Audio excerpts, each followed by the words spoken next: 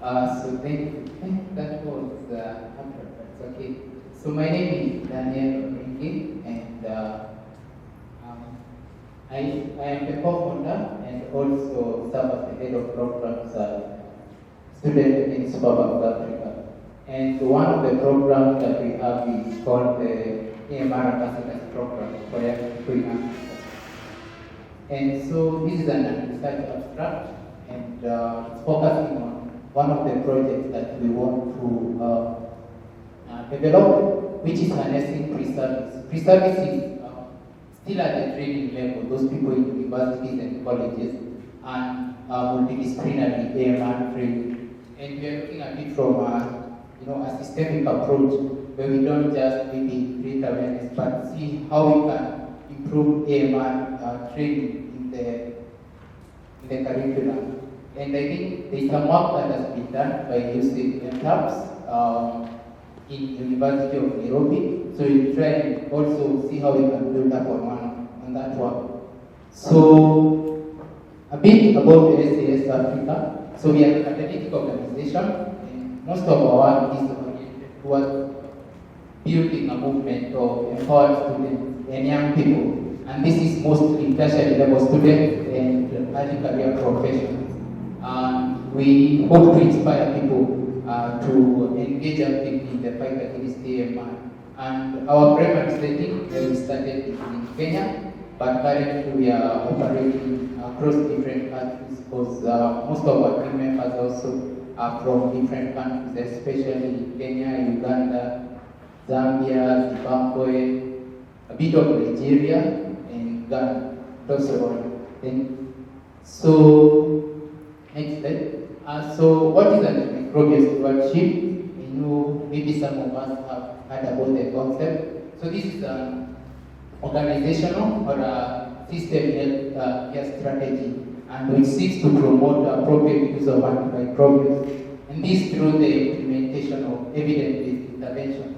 And here we are talking about, how our prescribing practices, how do we choose to give this antibiotic and not to give this? How do we choose to give this, antiviral and not this? How do we choose to give this antifungal and not this? What informs the decisions that we make? And these are key pillar of health system strengthening, because as we've heard it from our previous presenter, he talked about the burden of AMR, which is it's quite heavy at the moment. Most people don't know about what is happening, and they start gapping for awareness. And also, if we take a very deep dive into AMR, you realize that it's not just another problem. It's a problem that is heavily ingrained in our healthcare system. So this is just to say, so we are really focusing on the multidisciplinary aspect, and we have different cadres of healthcare workers in the hospital. We have physicians, and these are clinicians, pharmacists, nurses, medical labs, and microbiologists. None of these, in some of the sessions that we've been having, we've been trying to see how can we think about that, pooling of the different expertises together. That is, we have collaborative efforts. And I'll also touch a bit about diagnostic stewardship. So there's a slight difference between antimicrobial stewardship and diagnostic stewardship. We realize that antimicrobial stewardship, we may call it the umbrella, but then we have diagnostic stewardship, which is a very key component of AMR mitigation. And this is the coordinated guidance and intervention to improve appropriate use of microbial diagnostics. And we have diagnostics, we have the cultures, we have the sensitivity tests that guide the therapeutic interventions that we make. And this should be anchored on promoting appropriate, timely diagnostic testing. And this includes specimen collection and pathogen identification should be accurate. How do we report our results? What is the communication structure? What is the chain of communication all the way from the clinician to the microbiologist to the pharmacist? Do we have a chain of how all this information flows?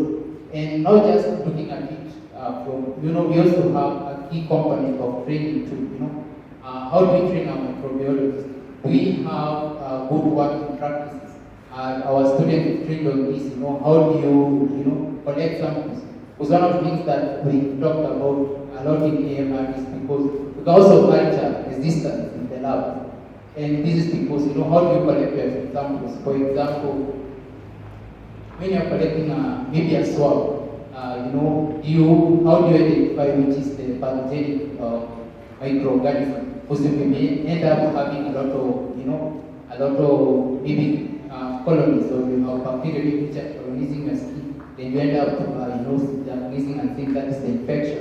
You see, then you inform antimicrobials, and you realize it's also an issue in healthcare systems because most of our public hospitals, they don't know.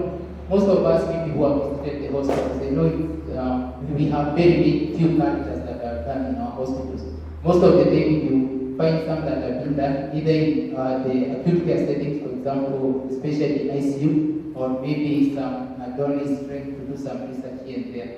And so, what you are looking at is, I've talked a bit about the gap. So, the proposed intervention is that we are trying to develop a toolkit for Preservice training, and this is where we have a training intervention that not just focuses on maybe a certain professional cadre. Maybe you have pharmacists learning about AMS, you have clinicians learning on their own, but you have that multidisciplinary forum where we engage together. We have a lot of interactive discussion, asynchronous and synchronous, where we have webinars, asynchronous where we have self-paced learning, interactive, things that are context specific. We have a lot of maybe AMS programs in our website, but have we tried to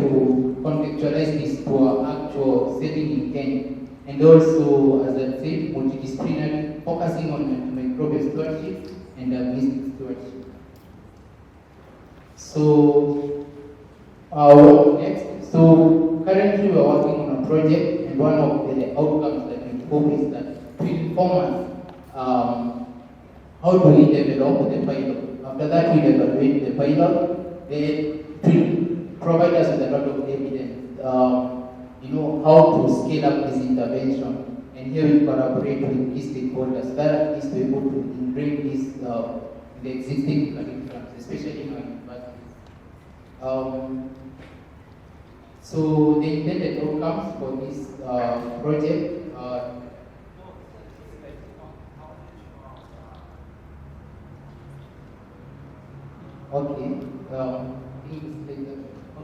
so we hope to improve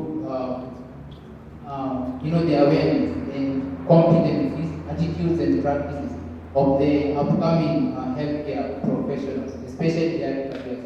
Because it's very easy to train people who are still at pre-service level, who have been in the service for long. It's very hard to change their attitude.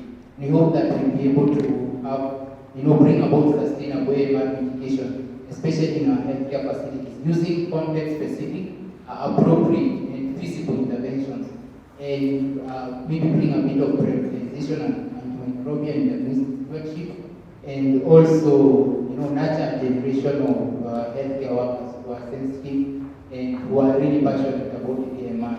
So that's it. I think the rest is a parting shot.